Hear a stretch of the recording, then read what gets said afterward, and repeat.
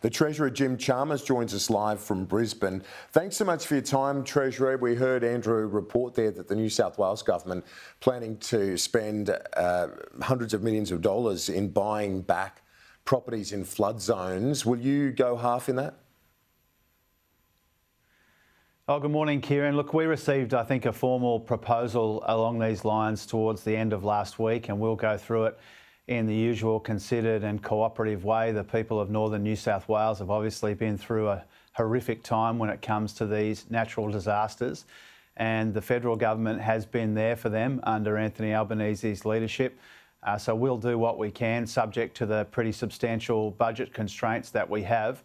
Recognising that the funding of natural disaster relief is one of the big pressures on the budget as we finalise it heading towards next month's handing down of the budget. We saw the final budget outcome during the week. The Coalition says it's left you in a strong position, and if the budget is to have a worse position when you hand it down in 3 weeks, that's your decision.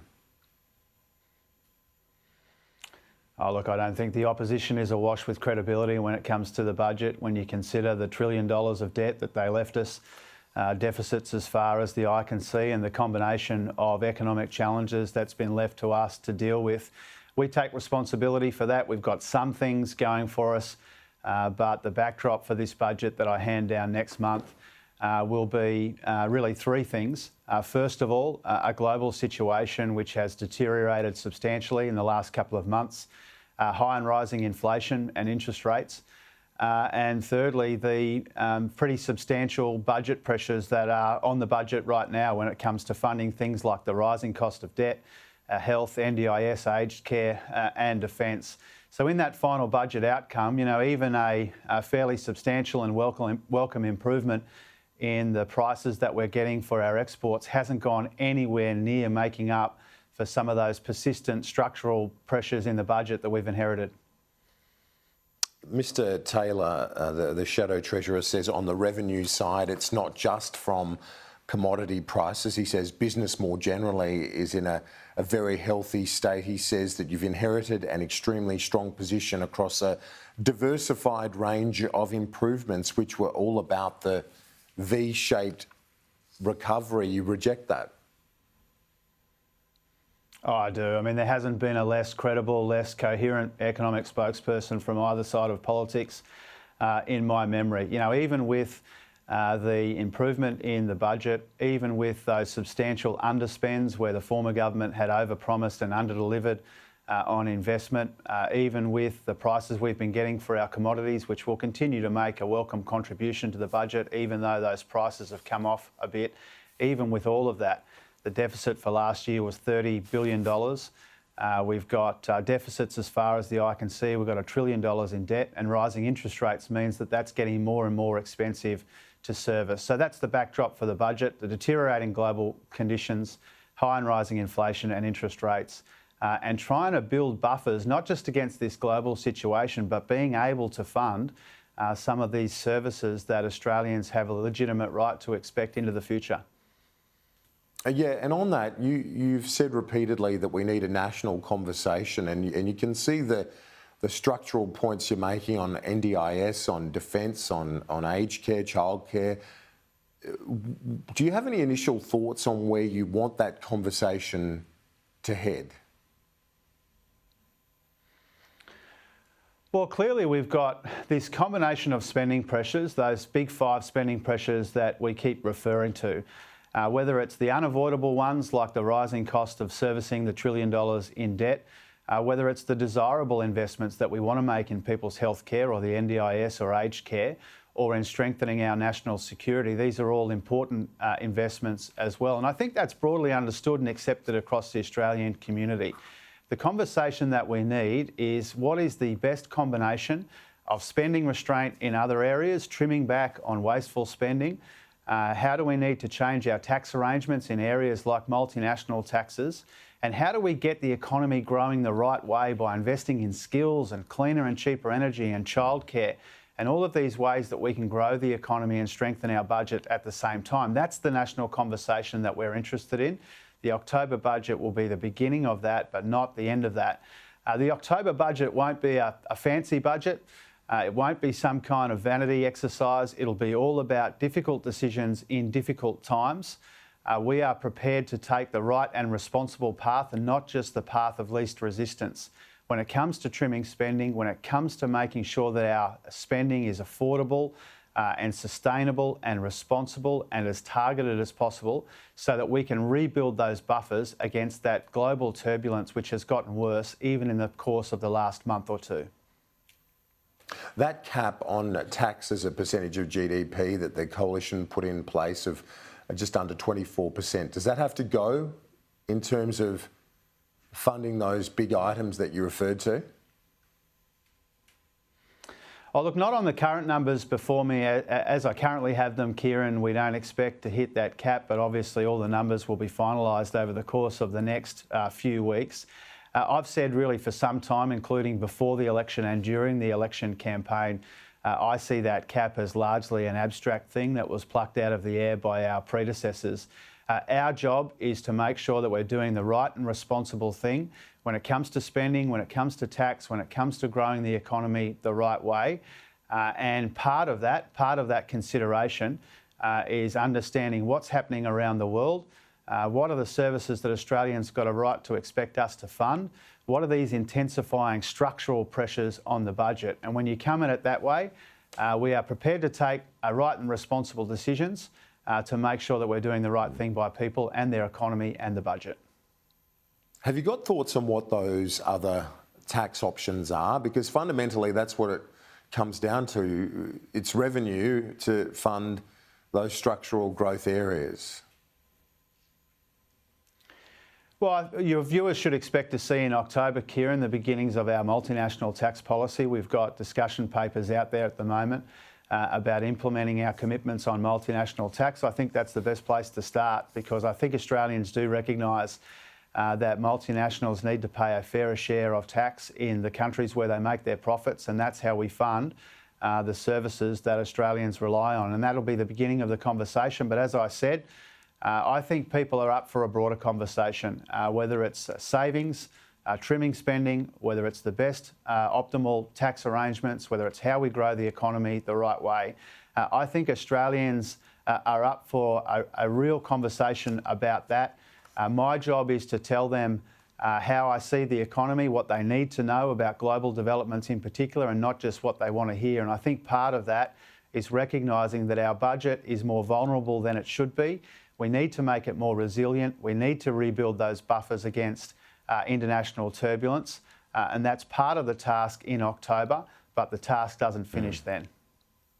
Does the recent inflation number, I know that it's the first of the monthly series, and for most economists, not a moment too soon for the RBA to have current numbers to be looking at when they make their rates decision. But did that number give you any hope that we might escape the worst of it as we are seeing unfold internationally on the inflation front?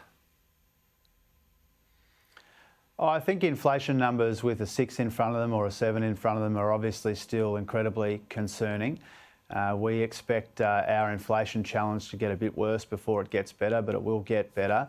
You look around the world and even where in some countries where inflation has come off the peak, it's still extraordinarily high by historical standards. So we're not out of the woods by any measure when it comes to the cost of living. That's why a key task of the budget next month will be providing that cost of living relief in a way that provides an economic dividend and doesn't make the job of the Independent Reserve Bank that much harder.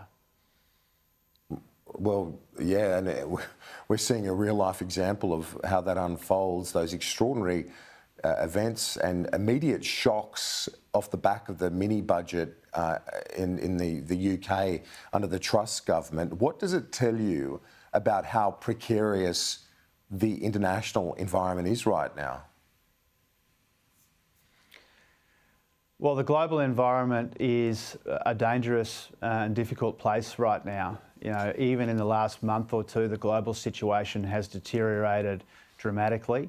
And in many of the major economies that we monitor most closely, the chances of a recession has edged over from possible to probable.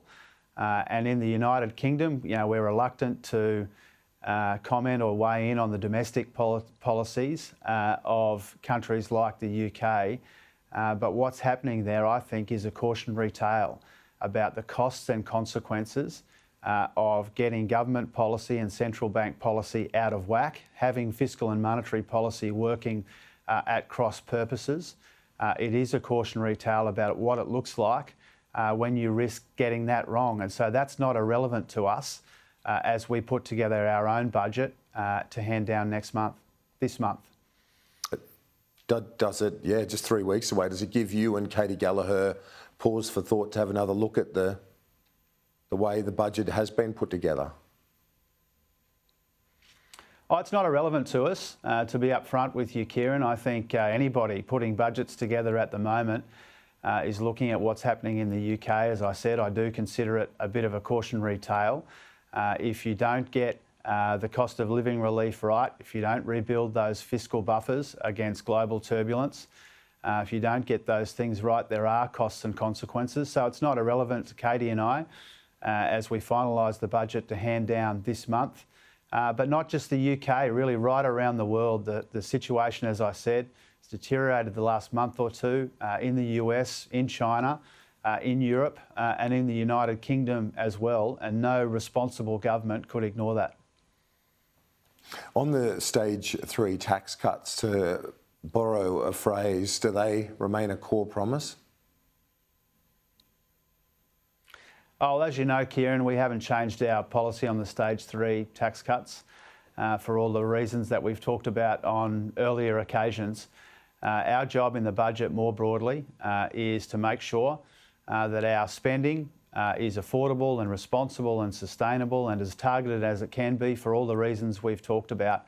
You know, even in the last month or two, you think about those inflation numbers, you think about what's happening with interest rates, what's happening around the world.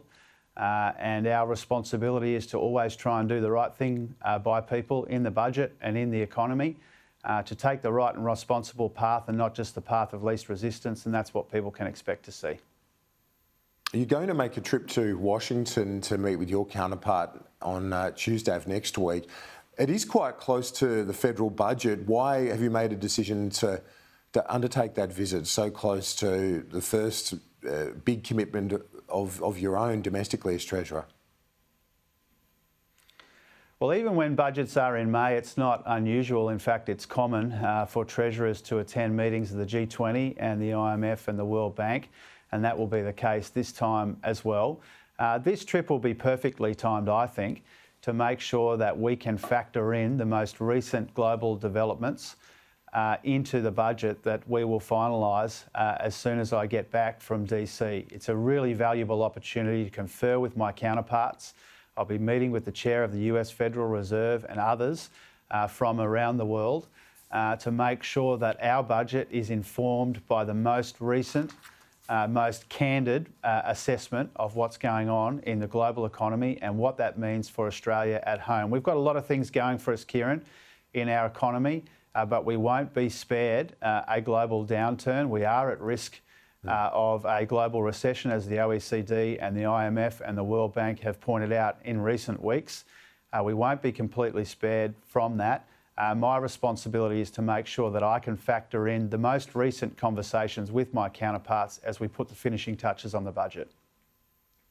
A very clear connection between the impact of the international events in our own economy. You see it with the US rate rises continuing. It does put further pressure on our own central bank to help shore up our currency.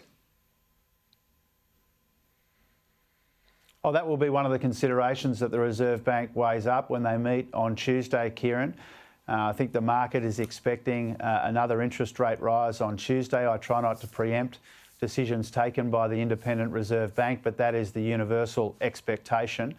And that will make things harder for Australians with a mortgage, and it will have implications for growth in the Australian economy. There's no use pretending otherwise, but they take those decisions independently, and when they do factor in movements in interest rates around the world, and especially in the United States, because it does have implications for our currency, which is currently in the low to mid 60s, which is, by the standards of the last couple of decades, is quite low. Just to finally on the economy, before I ask you about a few other issues, is a surplus a chance across the forward estimates? We're not expecting that or forecasting that at the moment, Kieran. I think we've got really still quite persistent deficits. In the last intergenerational report handed down by our predecessors, they had deficits as far as the eye can see, and you can't just flick a switch and make that turn around. We will see some contribution made by the prices of our exports in an ongoing way, even though the prices of a lot of our commodities have come off. But that goes nowhere near making up for some of these persistent structural issues that we've talked about today. And so I wouldn't expect that the budget that I hand down in October will have a surplus in any of the years of the forward estimates. We'll do what we can to strengthen the budget within that. But in terms of the underlying cash balance, the deficit number, your viewers should still expect there to be deficits for over the forward estimates. We saw the Anti-Corruption Commission introduced this week. The Prime Minister says that that standards are going to be really important for your government to honour the ministerial code and so on. One of your junior ministers has had a few issues to respond to. Kristy McBain was asked in the Parliament if she'd received, or her husband, dividends from shares that they were offloading. She said no. Did she mislead Parliament? Oh, I don't think so, Kieran. I mean, my understanding of this, and obviously I don't have the same detailed understanding as others, focus has been elsewhere, but my understanding is that Kristy has complied with the ministerial code and, as she's become aware of steps that she's needed to take, she's taken them. And frankly, to cop lectures from the opposition, from the dregs of the former government about these issues is a bit rich. Kristy McBain has more integrity in her little finger than her critics from the opposition have in their whole body. I think people know what's going on here. The former government, the opposition, they don't want to contest us on some of these issues around the budget, around the situation that we've been left with $1 trillion of debt and all these other important issues we've talked about today. And that's why they're focused on Kristy, who has taken the necessary steps at the necessary time to comply with the code. On the Optus hack, do you fear that breach reflects a broader complacency in the corporate world when it comes to cybersecurity? Oh, it's certainly been a wake-up call, Kieran. And there have been deficiencies, clearly, in Optus's defences. And there have also been deficiencies, I think, in the legislative arrangements and the arrangements which were put in place by Paul Fletcher and others when it comes to dealing with breaches of this nature. We want to work with Optus so that they can fix these problems that have emerged. For my part, that means working with the financial system and with the financial regulators to make sure that we can protect customers and protect consumers. That's been my focus. But clearly, what's happened here has exposed deficiencies in the company's approach. It's exposed some deficiencies in the legislative framework and the regime that governments can use to respond to these issues. And so we will do what we can in the near term to work with Optus, and we'll do what we can in the medium term as well to tighten up these arrangements so that Australians can have their data better protected than what we've seen here in this episode. Treasurer Jim Chalmers, appreciate your time. Thanks. Thanks very much, Kieran.